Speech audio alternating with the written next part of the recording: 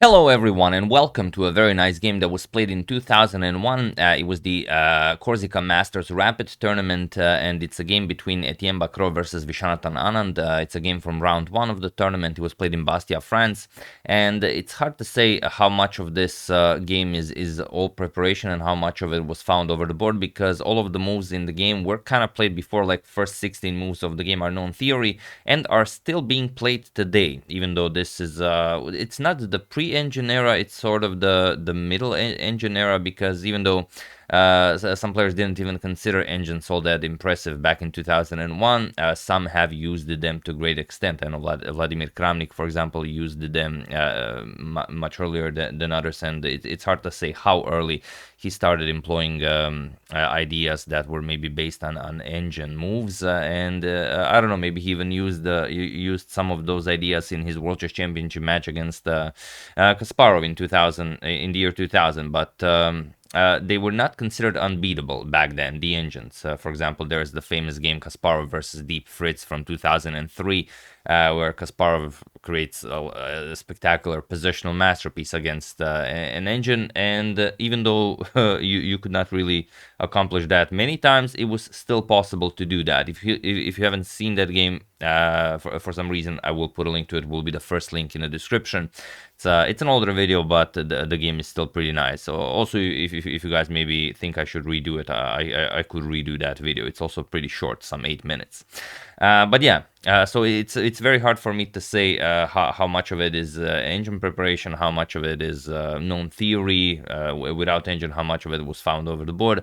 But what we can say for certain is that after a certain move in the game, all of the other moves were made over the board. And I even watched an interview. I think Judith Polgar said that even in 2002 she didn't really consider engines all that impressive. Like, she knew that some of her opponents were using engines, but when she played some of her attacking moves, they just didn't know how to handle that, even though they had prepared engine lines for the openings. So it's hard to say, but around 2005 already you could say that you couldn't play against an engine. Like, even Michael Adams had a 6-game match against an engine, and he was a top 10 player back then, and he only achieved half a point out of 6 games, so it was 5.5 to half in the engine's favor. But okay, let's dive into the game. It comes as a suggestion from Piyush Jha, so thank you for suggesting such a nice game, and it's a rapid game. So Etienne has the white pieces, and he opens with the d4. We have knight to f6, c4, e6, knight to c3, and of course everyone's favorite, the Nimzo-Indian defense with bishop to b4, knight to f3, and c5. So the 3 knights variation, pretty much what you would see today. g3 now, this is the so-called Romanishin Kasparov system. C captures on d4, knight captures, and here Anand just castles. Bishop to g2, and the d5 now striking in the center. We have c captures, knight captures, and now queen to b3, knight to c6, and now knight captures on c6, b captures, and here Etienne castles. So this is nothing new. This is all still theory, exactly as it's pretty much being played today. And now queen to a5. Putting pressure on the knight here on c3 and getting the queen away from the d file. Also, if needed, you will be able to transfer the queen quickly over to the king side.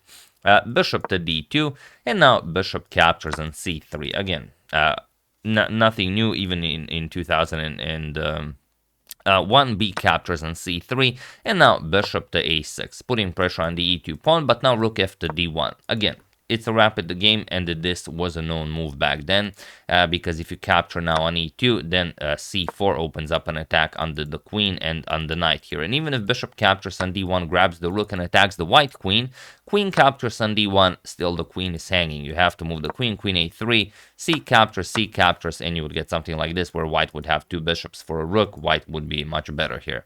So instead, after rook f to d1, queen to c5 was played, and now pawn to e4, attacking the knight, and now knight to b6. A bishop to c4 is considered strongest today, but this is where our good friends the engines finally come into the story. So here, knight to b6, bishop to e3 attacks the queen, and now queen to h5. And here, you should go for bishop captures on b6, and that's pretty much it. Bishop captures, a captures, queen captures.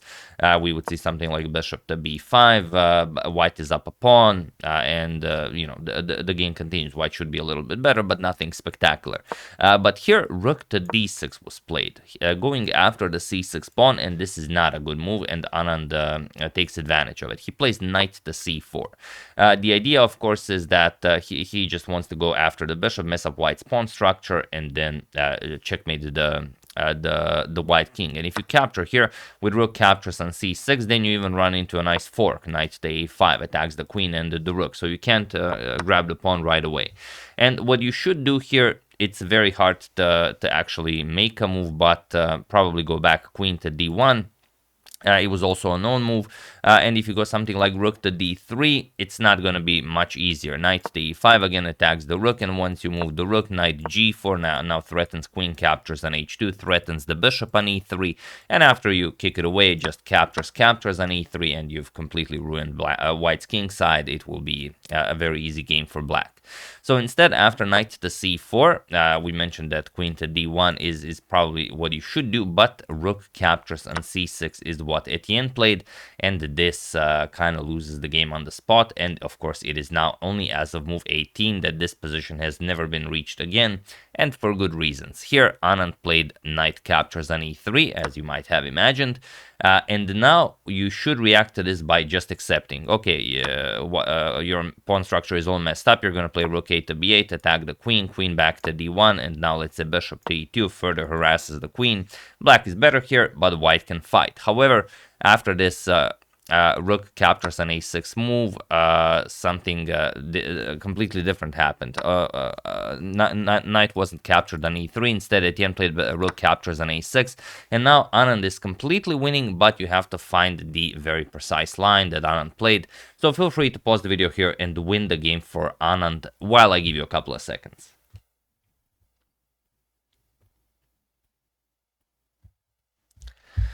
So for those of you who were able to do it, congratulations on solving this beautiful, well, creation, dare I say it. And for those of you who just want to enjoy the show, it is rook a to b8. Such a weird move to play in a situation like this when your knight is hanging, but white first must react as the queen is now attacked. Even though the engines is this is so bad for white, you should just let black have the queen. You should capture the knight and then capture the rook once rook captures queen. But okay, we're not gonna play that. You have to move the queen, and the problem is knight covers d1 and c2, so you can play queen to a4 or queen to a3. a3 is really bad because knight c2 just wins a lot of material here. So queen to a4 was played, and now again, not reacting to the knight being attacked on e3, Anand goes for this beautiful rook lift, rook to b2, and now it becomes apparent what Anand had in mind. If f captures on e3, queen e2, and you cannot prevent checkmate. Either queen captures on g2 will be checkmate, or f2 h2 or h2 f2, depending on what white plays.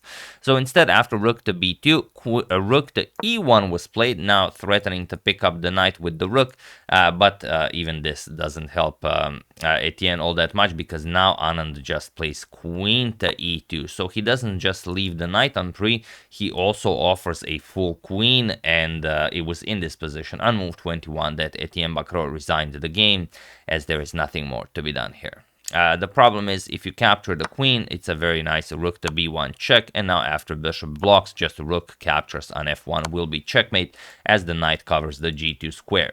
So instead, after queen to e2, you could also consider rook to f1 to guard the f2 pawn, but then just knight captures on f1. And again, f2 is hanging, g2 will be hanging, h2 will be hanging. And even if you try to defend queen d4, look at this, knight back to e3, absolutely beautiful. Now threatening check plus checkmate.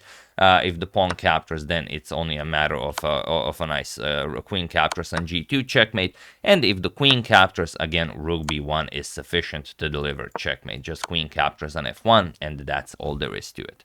So yeah, queen to e2, Etienne resigns, and the spectacular victory for Viswanathan Anand, who takes down Etienne in only 21 move.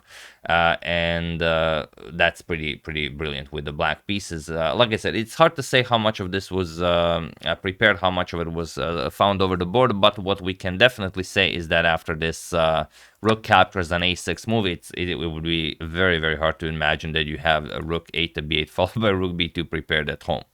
So very nicely done by Anand. And also, if you guys are interested, Anand also won this tournament quite spectacularly. These are the final standings. So Anand won the tournament 2 full points ahead of Alexander Chernin, 6.5 points. As you can see, Joe Lothier with 4 points in third, Tivyakov Sergey with 3.5, Peter Leko with 3 points. I mean, any tournament that you win with more than twice points than Peter Leko, that is just unimaginable.